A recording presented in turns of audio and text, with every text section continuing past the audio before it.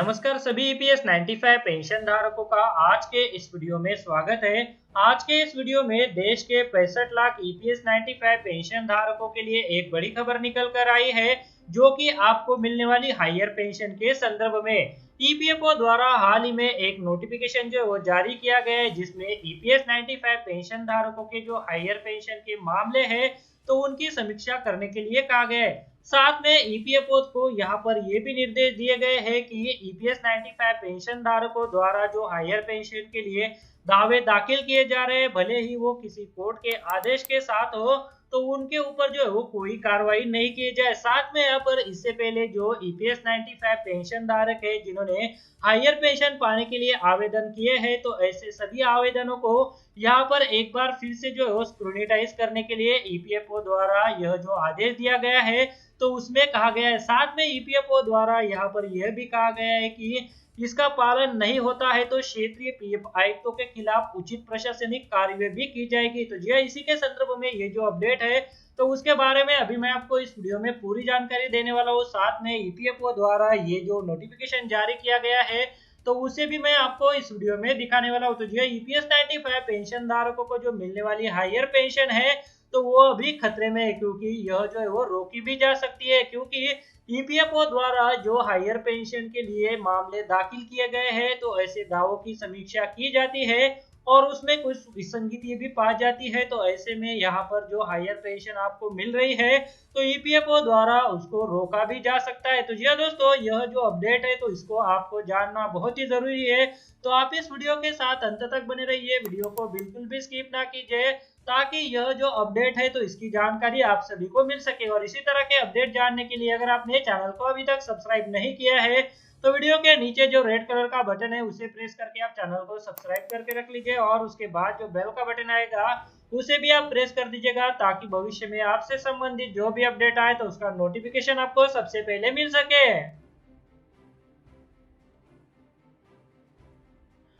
तो चलिए EPS 95 pension धारकों की हायर पेंशन के संदर्भ में ये जो अपडेट निकल कर आया है तो उसी अपडेट के बारे में अभी हम इस वीडियो में जानकारी लेने वाले।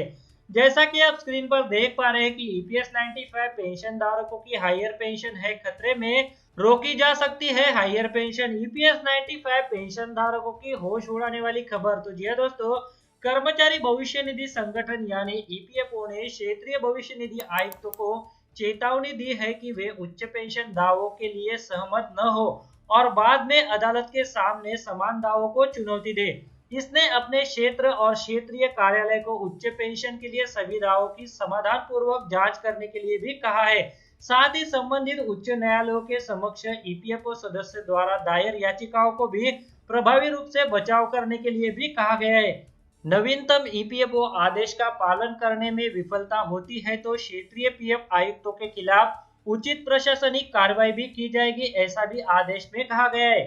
अतिरिक्त क्षेत्रीय आयुक्त जगमोहन जी ने सभी क्षेत्रीय कार्यालय को एक परिपत्र में कहा, ऐसे कई उदाहरण देखने को मिले हैं जहां फील्ड ऑफिसों ने पहली बार उच्च पेंशन के लिए याचिकाकर्ताओं की पात्रता की पुष्टि की है और बाद में इसे अदालतों में लड़ा है। तो यह दोस्तों, यह मामला जो है वो उनके यह ध्यान में आया है, जिसका उदाहरण जो है वो उन्होंने यहाँ पर ये जो नोटिफिकेशन, ये जो परिपत्रक जारी किया है तो उसमें जो है वो कहा गया है। आगे यहाँ पर कहा गया है, यह ध्यान में रखा जाना चाहिए कि एक बार कानूनी अधिकार की पुष्टि हो जाने के बाद में इसका मुकाबला करना मुश्किल होता है।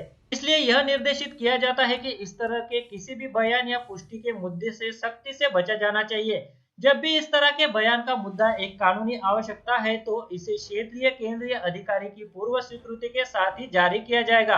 तो जी दोस्तों, ईपीएफओ द्वारा ये जो नोटिफिकेशन आपको यहाँ पर जारी किया गया है तो इसे डाउनलोड करने के लिए ये जो लिंक है तो इस आर्टिकल में दिया हुआ है। इस आर्टिकल का लिंक आपको वीडियो के डिस्क्रिप्शन में मिल जाएगा। आगे यहाँ पर कहा गया है, सेवानिवृत्त कर्मचारियों द्वारा उठाए गए दावों से संबंधित न्यूनतम निर्देशों जो महसूस करते हैं कि वे 2001 में पेश किए गए 6,500 प्रति माह की सीमा के बावजूद पेंशन में अपने वास्तविक वेतन का 8.33 हकदार है। कई पेंशन भोगियों ने ईपीएफओ द्वारा किए गए भुगतान को चुनौती दी है और उच्च पेंशन की मांग के लिए रिट याचिका भी दायर की है। उच्च पेंशन दावों की समाधान पूर्वक जांच की जानी चाहिए, साथ ही इस तरह की रिट याचिकाओं का प्रभावी ढंग से बचाव किया जाना चाहिए। ईपीएफओ के परिपत्र में कहा गया है कि इन मामलों को व्यक्तिगत निगरानी में पूरी गंभीरता के साथ बचाव किया जाना चाहिए।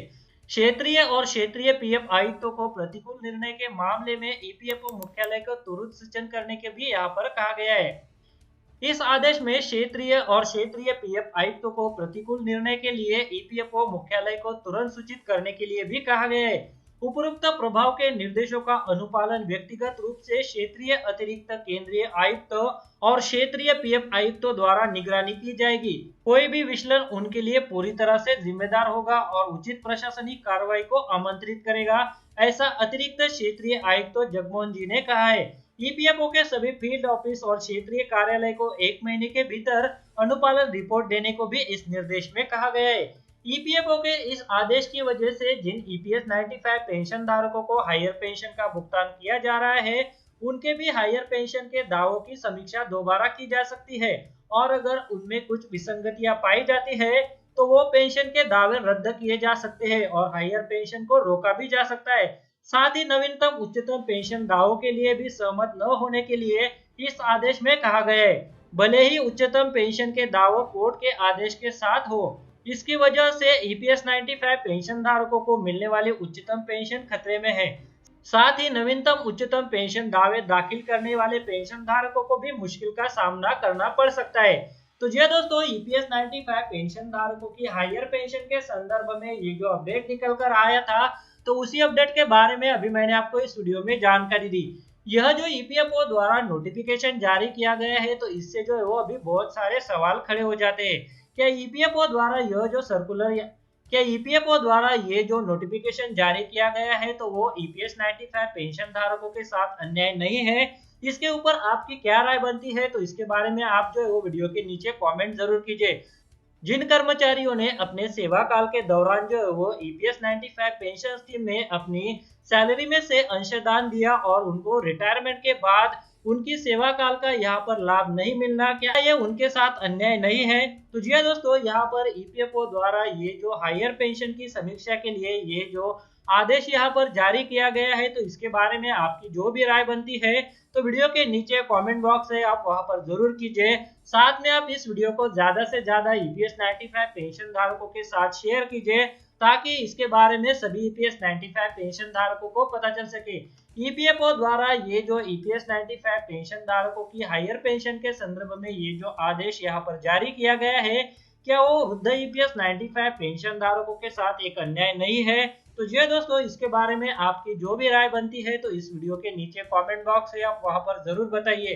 तो जी दोस्तों, आज के इस वीडियो में इसी अपडेट के बारे में मुझे आपको जानकारी देनी थी। वीडियो में दी गई जानकारी अगर आपको अच्छी लगे तो इस वीडियो को लाइक जरूर कीजिएगा और इस वीडियो को आप ज्यादा से ज्यादा ईपीएस 95 पेंशन धारकों के साथ शेयर कीजिए ताकि इस अपडेट के बारे में सभी ईपीएस 95 पेंशन धारकों को पता चल सके। और इसी तरह के अपडेट जानने के लिए अगर आपने चैनल को अभी तक सब्सक्राइब नहीं किया है तो वीडियो के नीचे एक रेड कलर का बटन है, उसे प्रेस करके आप चैनल को सब्सक्राइब करके रख लीजिए और उसके बाद जो बेल का बटन आएगा तो उसे भी आप प्रेस कर दीजिएगा ताकि भविष्य में जो भी अपडेट आए तो उसका नोटिफिकेशन आपको सबसे पहले मिल सके।